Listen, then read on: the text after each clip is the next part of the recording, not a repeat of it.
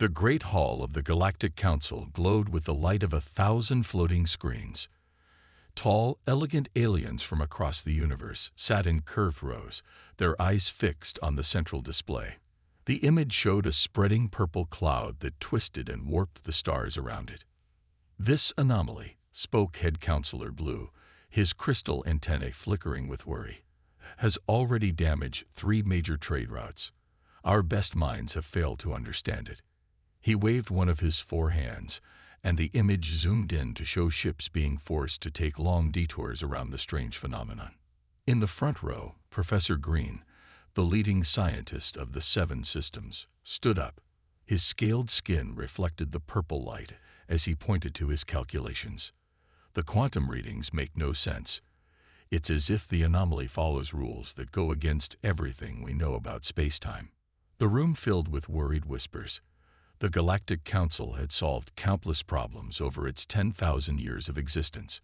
They had cured diseases, built artificial suns, and even learned to fold space itself. But this strange purple cloud had them stumped. "We have gathered the brightest minds from all advanced civilizations," continued Head Counselor Blue. "Yet after 3 months, we are no closer to an answer." He paused, his antennae drooping. "And now, as per council law, we must invite the humans." The whispers turned to groans. Earth had only been discovered 2 years ago, and most council members saw humans as primitive beings who had barely figured out space travel. Their ships were bulky and inelegant, their cities still burned fossil fuels, and they spent far too much time watching pictures of small animals doing silly things on their primitive internet. "Surely you jest," said Professor Green. "The humans, they still think quantum mechanics is confusing. They can't even agree on whether their small round cleaning robots are alive." But council law was clear. All spacefaring species had to be invited to help during major crises, no matter how primitive they might be. 3 days later, the human representatives arrived. Captain Jack Thompson was a tall man with gray hair and a friendly smile that many aliens found unsettling. With him came Dr. Lisa Reed, a physicist who wore simple clothes and carried an old-fashioned paper notebook. "Welcome to the Galactic Council," said Head Counselor Blue, trying to hide his lack of enthusiasm. "We have gathered to address a crisis that threatens our hyperspace travel network." Jack looked at the purple cloud on the main screen and scratched his chin. "Interesting.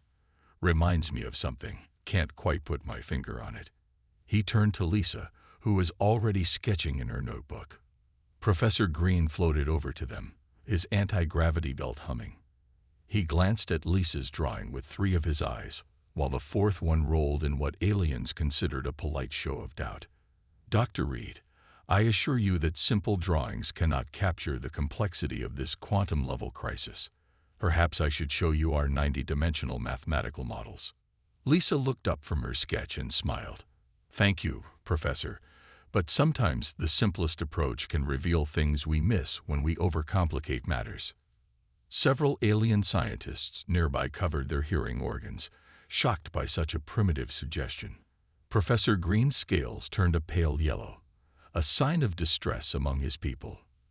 "Very well," said Head Counselor Blue, his antennae now twitching with barely hidden annoyance. "You may observe our efforts. The main science laboratory is through that portal." He pointed to a shimmering doorway. "Try not to touch anything." As Jack and Lisa walked toward the portal, they shared a knowing look. They had seen that look of dismissal before. Every advanced alien race they met treated humans the same way, like children who had wandered into a room full of advanced technology. Little did the Council know that this primitive approach would soon turn their understanding of the universe upside down. The main science laboratory of the Galactic Council looked like something from a dream.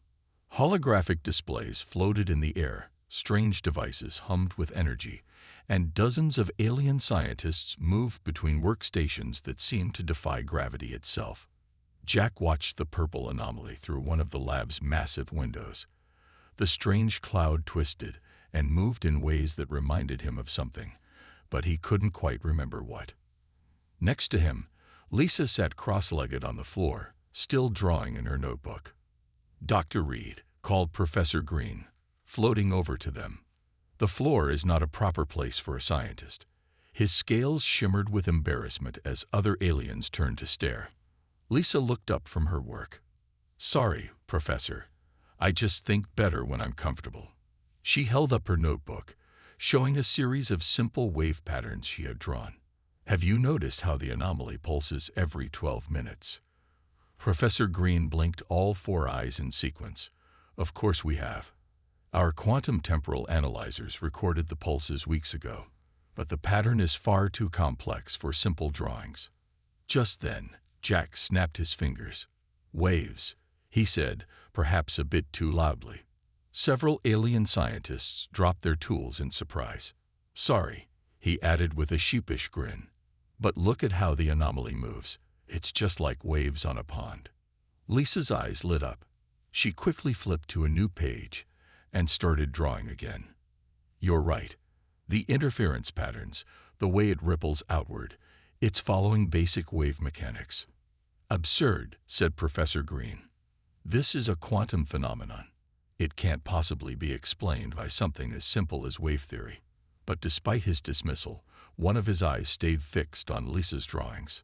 Over the next few hours, Jack and Lisa worked in their own corner of the lab.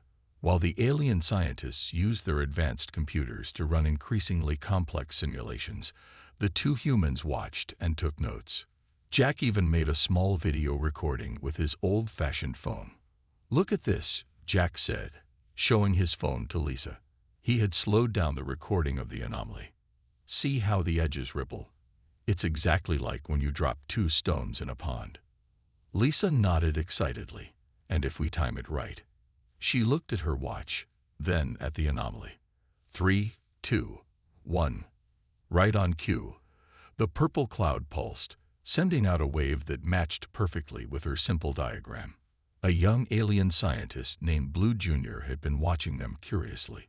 Unlike the others, he seemed more intrigued than dismissive. "How did you predict that?" he asked, his luminescent spots glowing with interest. "Simple wave interference," Lisa explained, showing him her drawings. "When waves meet, they either add together or cancel each other out. It's one of the first things we learn in basic physics on Earth." "But our quantum models," Blue Jr. started, then stopped, looking confused. Jack smiled kindly. "Sometimes the simplest answer is the right one. Would you like to help us test something?" Blue Jr. glanced around nervously. The other alien scientists were busy with their complex calculations, barely paying attention to the humans. "What do you need?" "Could you get us a flat tray and some water?" Lisa asked. "And maybe some small objects we could drop in it." The young alien's spots flickered with uncertainty, but he hurried off to help.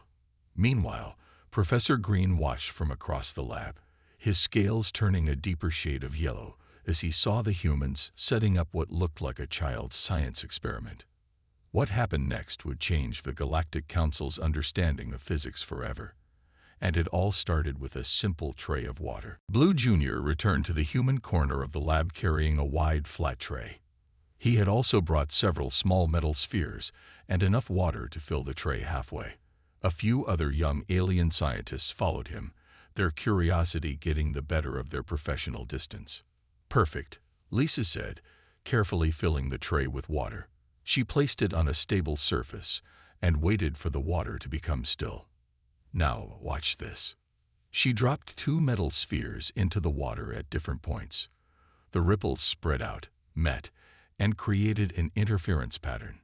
Jack recorded it with his phone, then played the recording side by side with his earlier video of the purple anomaly. The patterns matched perfectly. That's impossible," whispered one of the young aliens, their bioluminescent spots pulsing with excitement. Lisa smiled, but then her eyes went wide. She sat down suddenly, looking like someone who had just remembered something important. "Jack," she said, "do you remember those old plasma globes we had as kids? The glass balls with the purple lightning inside." Jack's face lit up with recognition. "The ones where the electricity would follow your finger when you touched the glass." "Of course. That's what this reminded me of. Their small audience of junior scientists looked confused. Blue Jr. raised one of his appendages. What is a plasma globe? It's a toy, Lisa explained, already sketching in her notebook. A simple glass sphere filled with noble gases. When electricity runs through it, it creates plasma filaments that respond to touch and electromagnetic fields. She held up her drawing. The physics behind it is basic. The plasma follows the path of least resistance and responds to external electromagnetic fields. From across the lab, Professor Green's voice boomed out. Are you suggesting this catastrophic quantum anomaly is somehow related to a primitive Earth toy? His scales had turned almost white with indignation. Not exactly, Jack said, standing up. But the principles might be similar. Look, he pointed to his phone screen, showing the slowed-down footage. The anomaly isn't just moving randomly. It's responding to something. Lisa nodded eagerly. The hyperspace lanes, she exclaimed. They're like invisible fingers touching a plasma globe. The anomaly is following them, trying to find the path of least resistance through space. The young aliens crowded around, their earlier hesitation forgotten. Even a few senior scientists drifted closer, though they tried to look like they weren't interested. Blue Jr., Lisa said, could you help us set up a simple electromagnetic field generator? Nothing fancy, the most basic one you have. The young alien practically bounced with excitement. Yes, we have some training units in storage. They're considered too simple for real research. But they'll be perfect, Jack assured him. As Blue Jr. rushed off again, Professor Green floated over to their workspace. His scales were shifting between yellow and white, showing his internal conflict between dismissal and curiosity. This is highly irregular, he said, but one of his eyes remained fixed on the water tray experiments. Even if there were some similarity between this anomaly and your primitive plasma toys, how would that help us solve the crisis? Lisa looked up at him with a gentle smile. Professor, sometimes the most complex problems have simple solutions. If we're right about this, we might not need to understand every quantum detail. We just need to give the anomaly an easier path to follow, one that doesn't interfere with our ships. That's... Professor Green started to object, but then paused. All four of his eyes focused on the water tray, where the ripples were still creating perfect interference patterns. For the first time, one of his scales shifted slightly toward blue, the color of consideration. Outside the lab window, the purple anomaly pulsed again, its pattern matching the ripples in the tray exactly. Something was about to change in the Galactic Council's approach to physics, and it all started with a childhood memory of a simple toy. The lab had changed over the past few hours. What started as a quiet corner with two humans and their primitive experiments had grown into a bustling workspace. Blue Jr. had returned with not just one electromagnetic field generator, but three, along with a growing group of curious young alien scientists. Watch this, Jack said, adjusting the field generators around their water tray. If we create 3 points of attraction. He turned them on, and the ripples in the water began following new patterns, drawn toward the electromagnetic fields.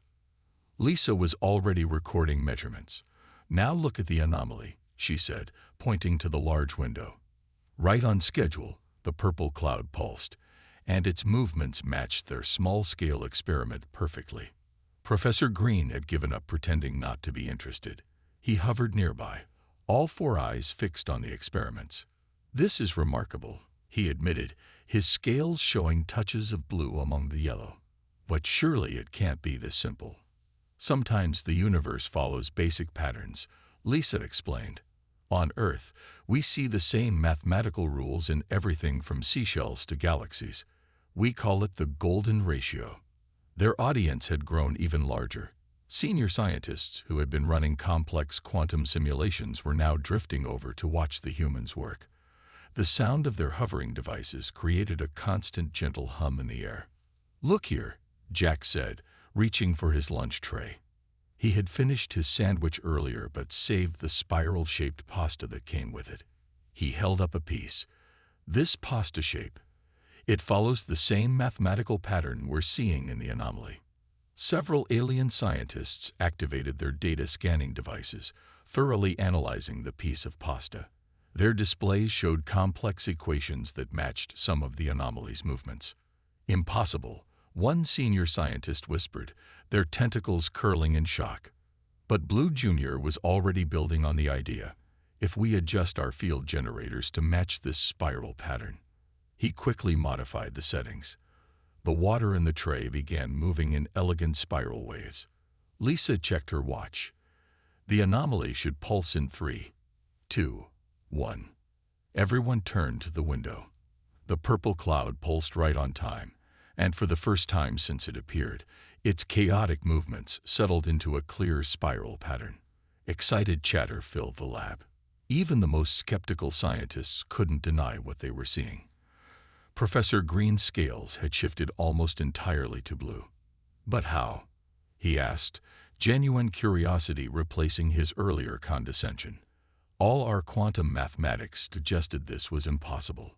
"Sometimes," Jack said, picking up another piece of pasta, "we get so focused on complexity that we miss the simple patterns right in front of us. Nature tends to follow the easiest path." Lisa nodded, adding to Jack's explanation. "Think of water flowing downhill. It doesn't solve complex equations to find its path. It just follows the easiest route available." The lab erupted into activity. Young scientists began gathering more materials for experiments, while senior researchers started revising their theories. Blue Jr. had already started building a larger version of their water tray model. "Head Counselor Blue must see this," Professor Green announced, his scales now a deep shade of interested blue. "But first, I have a question." He paused, all 4 eyes blinking in sequence. "This pasta, could we study it further? Its shape seems remarkably efficient for fluid dynamics." Jack tried not to smile too broadly as he handed over his leftover lunch. Who would have thought that the key to understanding a space-time anomaly would come from simple waves, toys, and spiral pasta? Outside the window, the purple cloud continued its new spiral dance through space, looking more like a graceful galaxy than a threat. The humans had shown that sometimes the best solutions come not from the most advanced technology, but from paying attention to the simple patterns that connect everything in the universe. Head Counselor Blue arrived at the lab just as Lisa was setting up their biggest experiment yet. The council leader's crystal antennae flickered rapidly as he took in the scene. Senior scientists analyzing pasta shapes, young aliens playing with water trays, and humans directing it all. "Professor Green," he said, his voice tight with concern, "please explain why your team has abandoned their quantum calculations in favor of playing with food." Before Professor Green could answer, the purple anomaly outside pulsed again, following the exact pattern predicted by the human Stimple experiments. Head Counselor Blue's antennae stood straight up in surprise. "The humans have discovered something remarkable," Professor Green explained, his scales now a confident shade of blue. "The anomaly follows basic wave patterns, just like those found in nature." Lisa stepped forward, holding her notebook. "Sir, we believe we can redirect the anomaly away from the shipping lanes, but..." She paused, knowing her next words would sound crazy. "We'll need to build a very large playground swing." "A what?" Head Counselor Blue's antennae drooped in confusion. Jack jumped in to explain. "On Earth, children play on swings that move back and forth. The motion creates a perfect pendulum wave. If we build a giant version in space, we can use it to generate a wave pattern that will attract the anomaly." The lab fell silent. Even the young aliens who had embraced the humans' methods looked uncertain. Building a giant playground swing in space seemed like a step too far. "This is absurd," Head Counselor Blue declared. "We cannot risk the safety of our hyperspace lanes on children's playground equipment."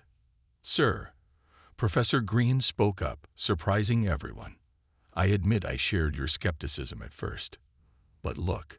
He pointed to their experimental results, displayed on floating screens around the lab. "Every test has proven their theory correct. The anomaly responds to simple wave patterns exactly as they predicted. Blue Jr. and his team had already created a small-scale model of their proposed solution. They demonstrated how the swing's motion would create a gravitational wave pattern that would draw the anomaly away from the shipping lanes. The math checks out, Professor Green added. We've verified it with both our quantum computers, and he paused, his scales shimmering slightly. The pasta experiments. Head Counselor Blue's antennae twitched as he studied the model. And if it doesn't work? Then we try something else, Jack said simply. That's how humans solve problems. We try things, learn from our mistakes, and try again. Lisa added, the anomaly is already disrupting trade routes. A controlled test of our solution couldn't make things worse. The council leader stood silent for a long moment. Outside, the purple cloud pulsed again, as if emphasizing the urgency of their situation. Finally, his antennae straightened with determination. Very well, he said. You have 12 hours to build your space swing. Professor Green, assign whatever resources they need. The lab burst into activity.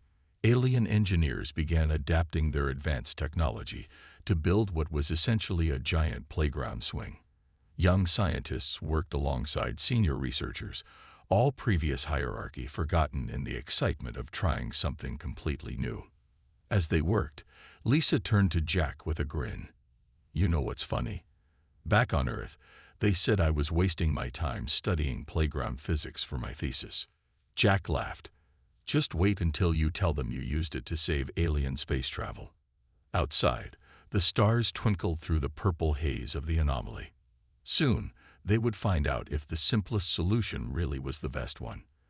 The entire Galactic Council held its breath, waiting to see if human playground engineering could succeed where advanced alien science had failed. Space looked different from inside the giant swing. Jack sat in the control room of what the aliens had started calling the wave generator, though it was, in essence, still just a huge playground swing built from advanced alien metals. All systems ready, Lisa's voice came through the communication system. She was back in the lab, coordinating with the alien scientists. Remember, just like pushing a kid on a swing. Start slow, build up rhythm. The alien engineers had outdone themselves. In just 12 hours, they had built a structure bigger than any human spacecraft.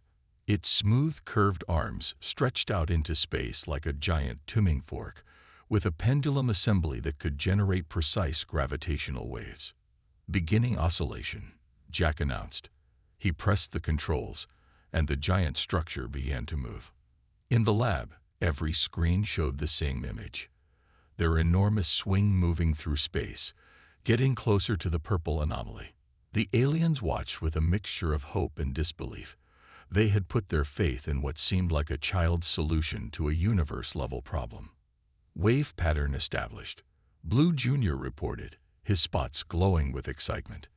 The anomaly is responding. Sure enough, the purple cloud began to pulse in sync with the swing's movement. Like a curious animal, it seemed drawn to the regular pattern of gravitational waves. Increasing amplitude, Jack said. The swing moved in larger arcs, its gravitational influence reaching further into space.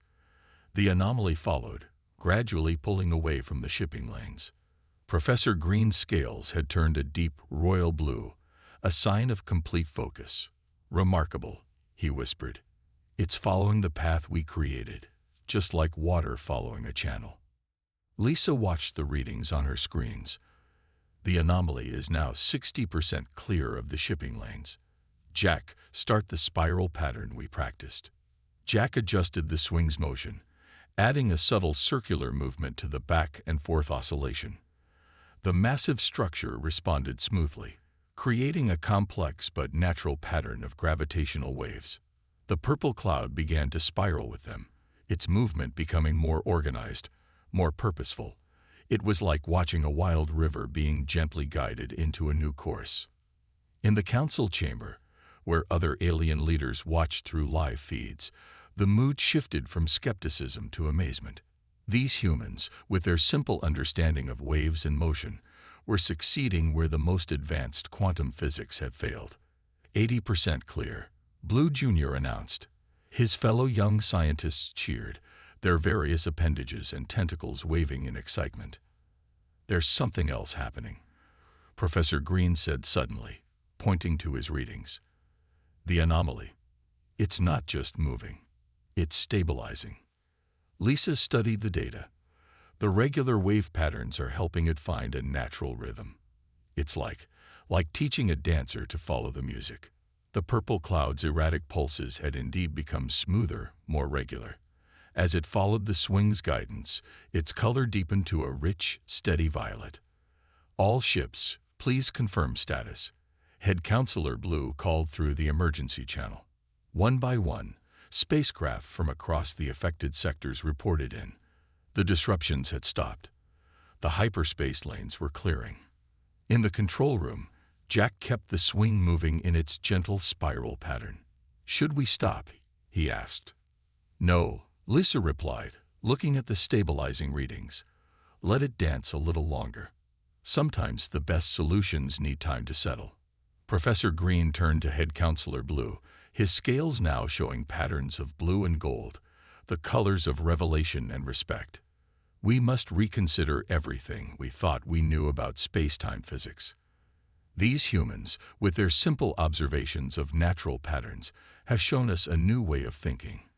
The council leader's antennae swayed thoughtfully.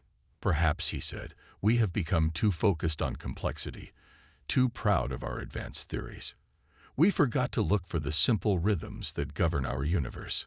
Outside, the giant swing continued its cosmic dance, leading the once chaotic anomaly in a graceful spiral through the stars. 1 month after the Great Wave Solution, as the aliens now called it, the Galactic Council chamber looked very different. Where once there had been only floating screens showing complex equations, now there were simple wave tanks, pendulums, and even a small collection of Earth toys. Jack and Lisa stood before the council, no longer treated as primitive observers, but as honored guests. Head Counselor Blue's antennae glowed with a warm light as he addressed the chamber. Today marks a historic change in how we approach galactic problems, he announced. Thanks to our human friends, we have created a new division, the Department of Fundamental Patterns. The chamber erupted in approving hums and glowing displays from various alien species. Blue Jr., now appointed as the department's young leader, demonstrated their latest project, a simple water tank that could predict quantum fluctuations in hyperspace lanes with better accuracy than their most advanced computers. The anomaly remained stable, Professor Green reported, his scales shimmering with pride as he pointed to the latest readings. The purple cloud had settled into a peaceful spiral pattern far from any shipping lanes, pulsing in harmony with the natural waves of space-time. But more importantly, he continued, we've started finding these simple patterns everywhere.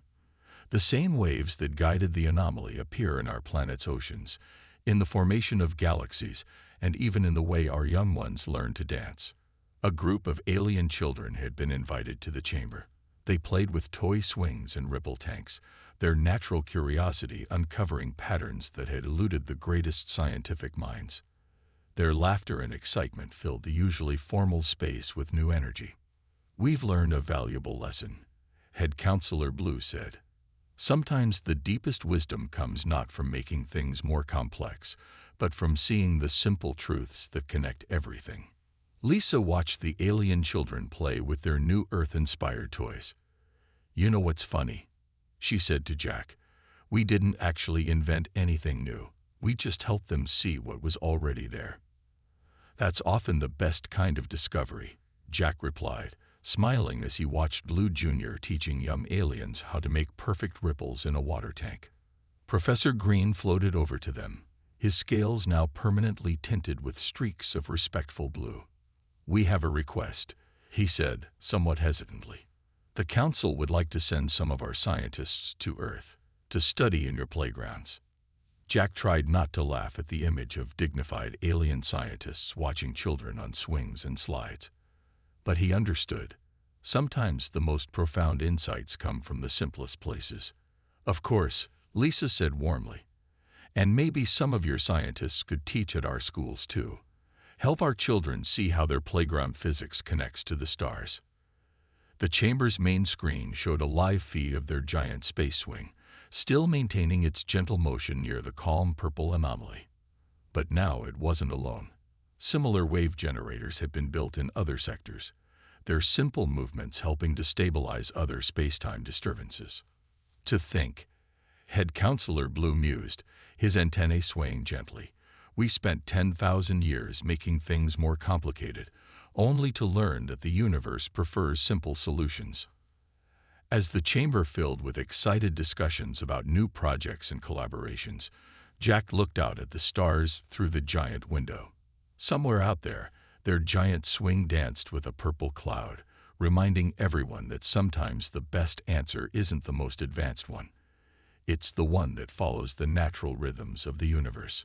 And perhaps that was the greatest lesson of all. In a galaxy filled with advanced technology and complex theories, it took the simple observations of primitive humans to show that the cosmos itself prefers to keep things simple.